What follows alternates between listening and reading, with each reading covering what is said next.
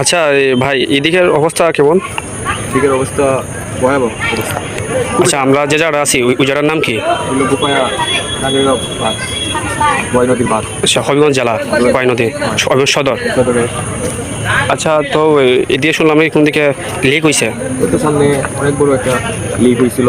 তারপরে আমরা বাই বাজার মিলে প্রায় 300 বস্তা দিয়ে আমরা আপাতত আটকায় রাখছি।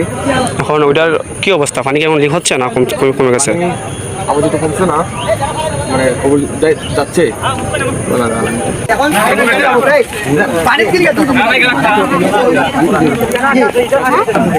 আগে নিচ থেকে দিয়ে আনতে নিতে পারবো।